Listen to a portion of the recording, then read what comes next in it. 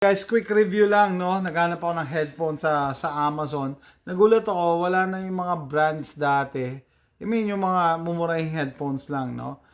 Mumurahin because hindi kilala, pero quality, it's there.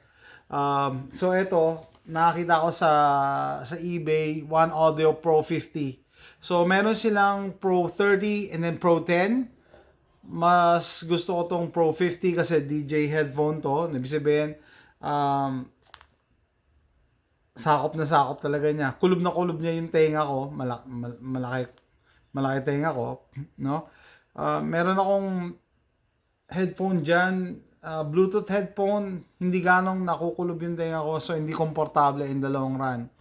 Tapos I chose yung corded para mas reliable, hindi ko na magre-rely sa signal, sa power, hindi mo na kailangan i-charge.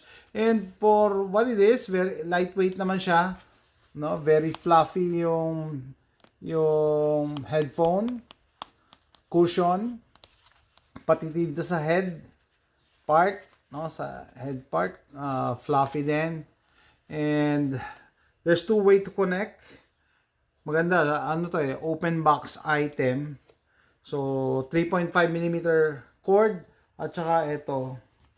Usually yan, pagka bibili ka ng used nito na headphone, hindi na to available kasi binibenta nila ito separately. At this alone will cost you $10. So open box item and then may case na kasama. I like it. Hindi ko syempre pwedeng iparinig sa inyo, no? So nung tinry ko sa computer ko, sabi ko, parang ganun, parang galing sa balon yung sound. Kailangan mo pa palang pakialaman yung setting. So, tinry ko dito sa Surface Pro, araw-gabi ni Regine. Ang ganda. Maganda yung Kasi dahil saradong-sarado, maganda yung noise cancellation niya. Siya lang talaga maririnig mo. Wala kang maririnig na ibang sound.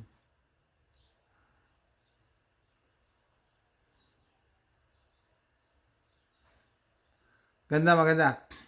So, hindi ako nagkamali. Kanina nagulat ako nung sinaksak ko sa laptop ko. So, parang tunog lata.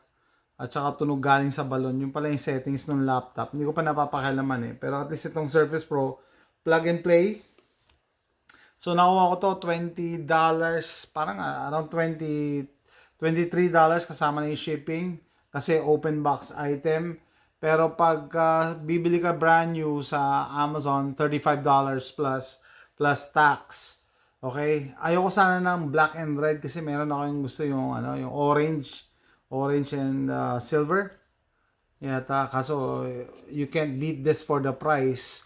Ang nakita kong complaints dito sa Amazon, nababali ito. So anyway, pag iningatan mo siguro, tatagal. Pero why do you complain sa $20 na DJ headphone? This is a DJ headphone, no? Yan ang gusto ko malaki.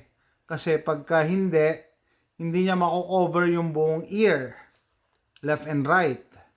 So nakakadagdag yun sa noise cancellation, no? So ayan, ito experience ko sa One Audio Pro 50. Meron silang Pro 10, Pro 30, and then Pro 50. Yung pinagkaiba ng Pro 10, yung Pro 10 tsaka Pro 30 yata, mas maliit dito. Mas maliit yung earpiece Ayoko ng ganun Gusto ko to cover talaga lahat. So, pag nag-sounds ako, gusto ko, yun lang ang maririnig ko kung ano lang yung piniplay ko. Ayoko marinig yung nasa environment. So, ito na lang available ngayon sa Amazon, no? Na non-branded. One Audio. I think magandang product naman. Especially for the price. Highly recommended kung may access kayo sa Amazon. One Audio Pro 50. Malaki siya pero hindi siya mabigat. Magaan siya. And comfortable naman siya gamitin.